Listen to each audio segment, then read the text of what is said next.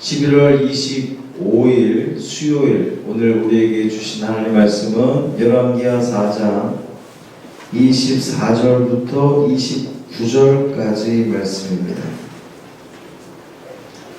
열왕기하 4장 24절부터 29절까지 말씀 함께 읽겠습니다. 이에 나귀의 안장을 지우고 자기 사환에게 이르되 몰고 가라. 내가 말하지 아니하거든 나를 위하여 달려가기를 멈추지 말라 하고 드디어 갈멜산으로 가서 하나님의 사람에게로 나아가니라. 하나님의 사람이 멀리서 그를 보고 자기 사환 게하시에게 이르되 저기 수넴 여인이 있도다. 너는 달려가서 그를 맞아 이르기를 너는 평안하냐? 네 남편이 평안하냐? 아이가 평안하냐? 하라 하였더니 여인이 대답하되 평안하다 하고 산에 이르러 하나님의 사람에게 나아가서 그 발을 아는지라. 게하시가 가까이 와서 그를 물리치고자 하매 하나님의 사람이 이르되 가만두라. 그의 영혼이 괴로워하지만은 여호와께서 내게 숨기시고 이르지 아니하셨도다 하니라. 여인이 이르되 내가 내 주께 아들을 구하더이까 나를 속이지 말라고 내가 말하지 아니하더이까 하니 엘리사가 게하시에게 이르되 내 허리를 묶고 내 지팡이를 손에 들고 가라. 사람을 만나거든 인사하지 말며 사람이 내게 인사할지라도 대답하지 말고 내 지팡이를 그 아이 얼굴에 놓으라 하는지라. 아멘. 이 말씀 하나님 말씀입니다. 오늘도 주님의 평강이 여러분의 삶 가운데에 충만하시기를 주님의 이름으로 축원합니다. 계속해서 수넴 여인 이야기입니다. 하나님의 사람인 이 엘리사를 아주 극진히 섬겼고 그것에 대해서 이 가정의 문제, 기도 제목, 아이가 없는 그 기도 제목이 해결을 받았습니다. 자녀의 복을 받게 됐죠. 그런데 그렇게 귀하게 얻은, 너무나 어렵사리 얻은 이 아이가 머리가 아프다며 아버지께 호소를 하다가 결국 죽게 됩니다.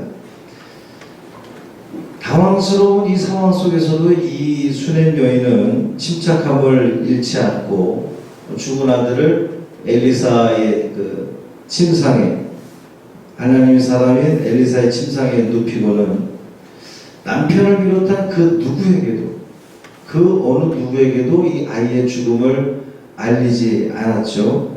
그리고 이제 엘리사를 만나고 오겠다고 남편에게 이야기를 합니다.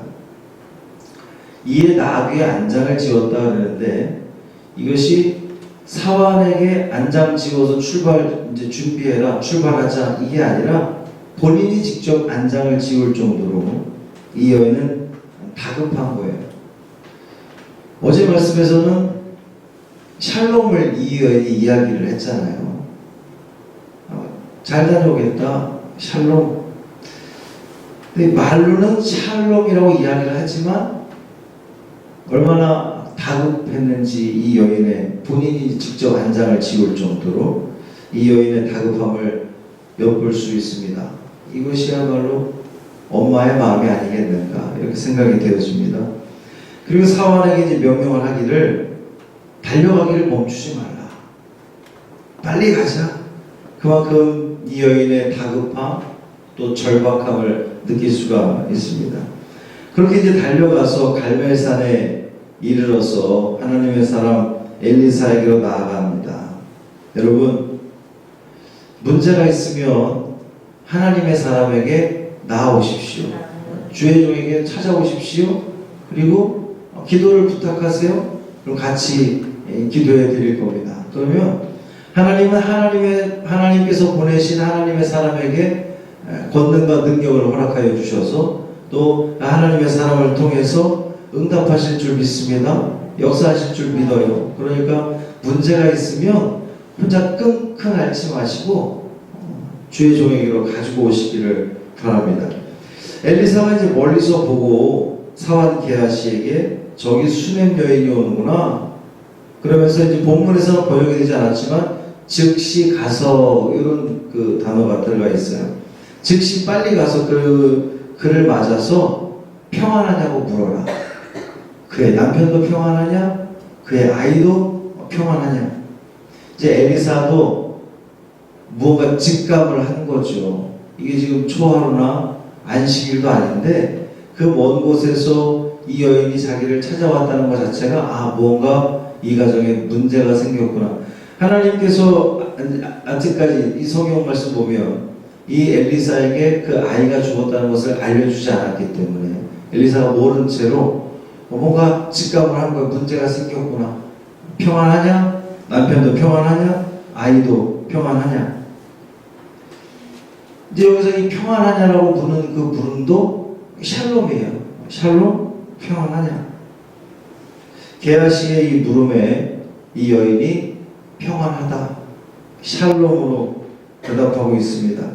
여기서 이 여인의 대답 샬롬 역시 어제 이 여인이 대답했던 그 샬롬과 같은 맥락에서 의미를 찾을 수가 있어요.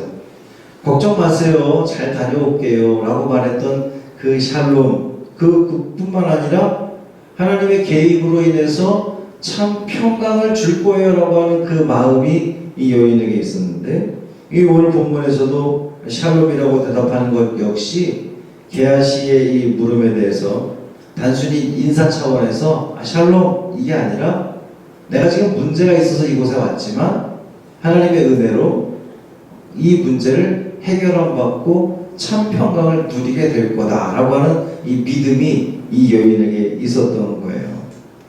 이제 산에 이르러서 하나님의 사람 엘리사에게 나아가 그 발을 아는지라 그랬어요. 발을 안았다는 겁니다. 이 이스라엘에서 상대방이 이 발을 붙들었다는 것은 물론 우리나라도 요즘 장면에서 그런 장면이 별로 없습니다만 예전에 이제 대하 드라마 사극 같은 거 보면 뭔가 그 지위가 높은 사람에게 혹은 능력 있는 사람에게 부탁을 할 때 납작 엎드려서 발을 붙들고 한 번만 살려주시오 이렇게 요청하잖아요. 이스라엘에서 상대방의 발을 붙들었다고 하는 것은 어떤 그 강력한 요청을 할 때에 취하는 자세였습니다. 이 여인이 얼마나 간절했는지, 얼마나 절박했는지를 알 수가 있어요.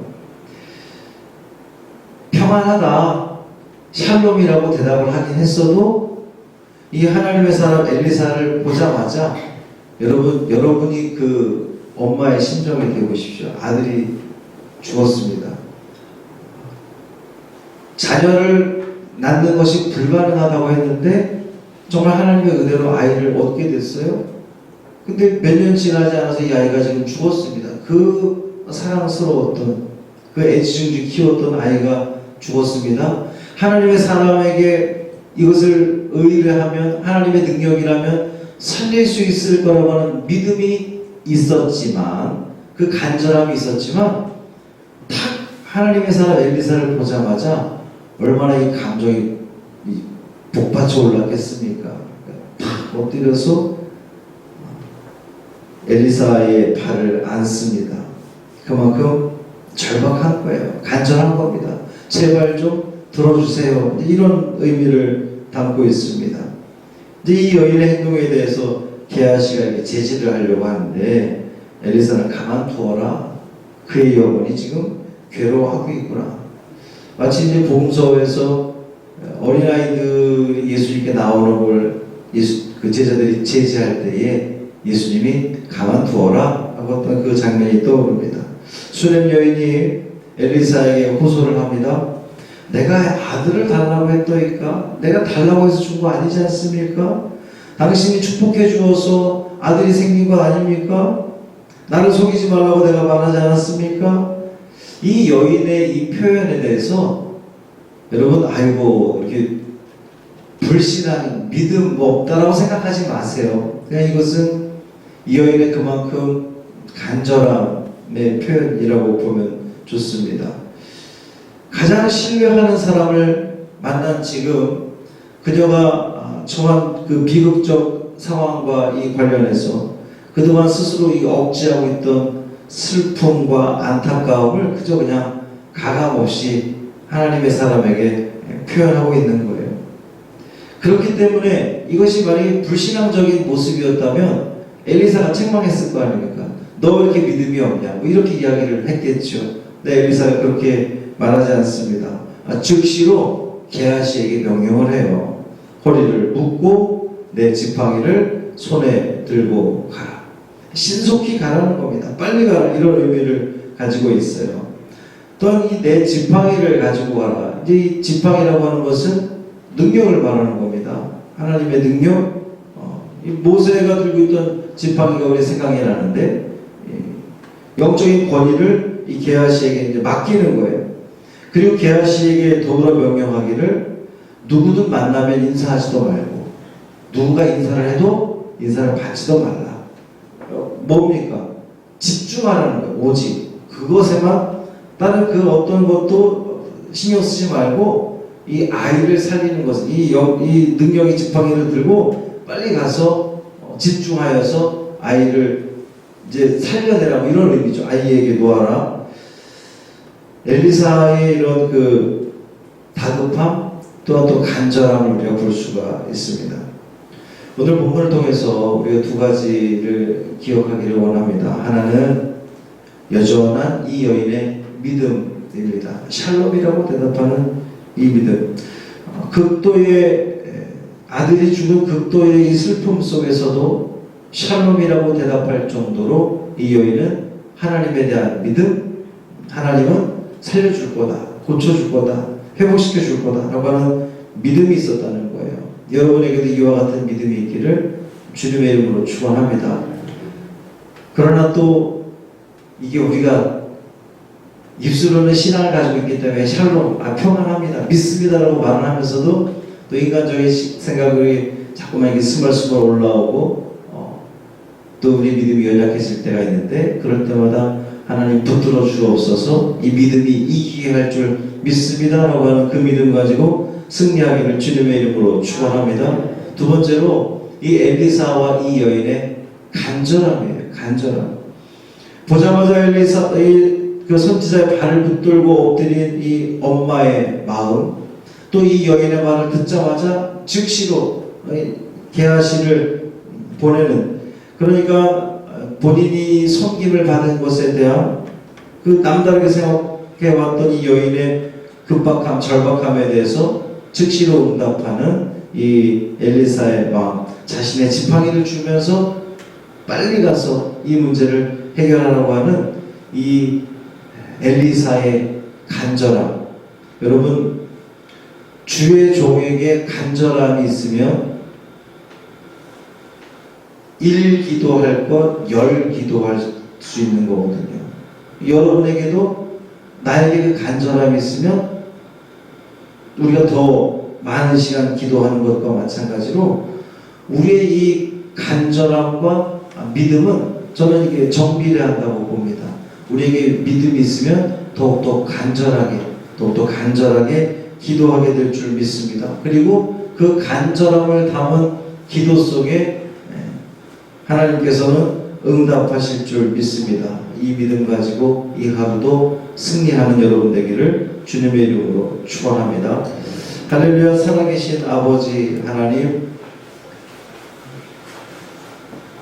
이 여인의 믿음, 하나님께서 참 평강을 주실 거라는, 샬롬을 허락하실 거라는 이 믿음 우리도 갖게 하여 주옵소서.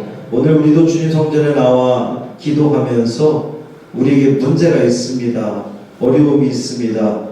이 문제를 나는 해결할 수 없지만 주님께 갖고 나왔는데 주님께서는 해결해 주시리라 믿습니다. 권능의 하나님께서, 능력의 하나님께서 긍휼히 여겨주시고 불쌍히 여겨주시고 우리의 이 간절함을 주님 보시고 고쳐 주옵소서, 응답해 주옵소서. 우리 사랑하는 이정자 권사님 회복시켜 주옵시고, 모든 것들이 좋아져서 이제 요양병원에서 이제 재활치료를 받게 되는데 그 모든 재활치료 가운데 힘을 주시옵시고 또 식사가 입에 맞게 하여 주옵시고 그래서 건강을 회복하여 주의 성전에 나와 함께 예배할 수 있도록 역사하여 주옵소서. 우리 김진환 성도 안수하여 주옵시고 주님의 피 묻은 손으로 만져주실 때에 회복될 줄 믿습니다. 고침받을 줄 믿습니다. 하나님 은총을 더하여 주옵소서. 우리 사랑하는 고3 수험생들 붙들어 주옵시고 그들이 하나님 앞에 더욱더 간절함으로 나아가게 하여 주옵소서. 또한 우리 성도들 가운데에 여러 가지 취업의 문제라든지 직장의 문제, 사업의 문제로 인하여 주님께 기도하는 우리 성도들 있습니다. 붙들어 주옵시고 하나님을 향한 그 믿음 속에 그들의 간절함 그것이 만나서 회복되어지고 또 나아지고 또 주님의 은총 가운데에 승리하는 귀한 우리 성도들 되게 하여 주옵소서. 오늘 지방여선교회 총회가 우리 교회에서 있습니다. 주님 한 해 동안 지켜주신 아버지 하나님께서 이 여선교회 지방여선교회를 통하여 또 교회들마다 여러 은혜를 끼칠 수 있도록 인도하여 주옵시고 그들의 그 손길을 통하여 필요 적절한 곳에 하나님의 손길이 하나님의 은총이 흘러가는 귀한 역사가 이루어지게 하여 주옵소서. 이 하루의 삶을 온전히 주님께 맡기기를 원하며 우리 주 예수 그리스도의 이름으로 간절히 축복하며 기도합니다. 아멘.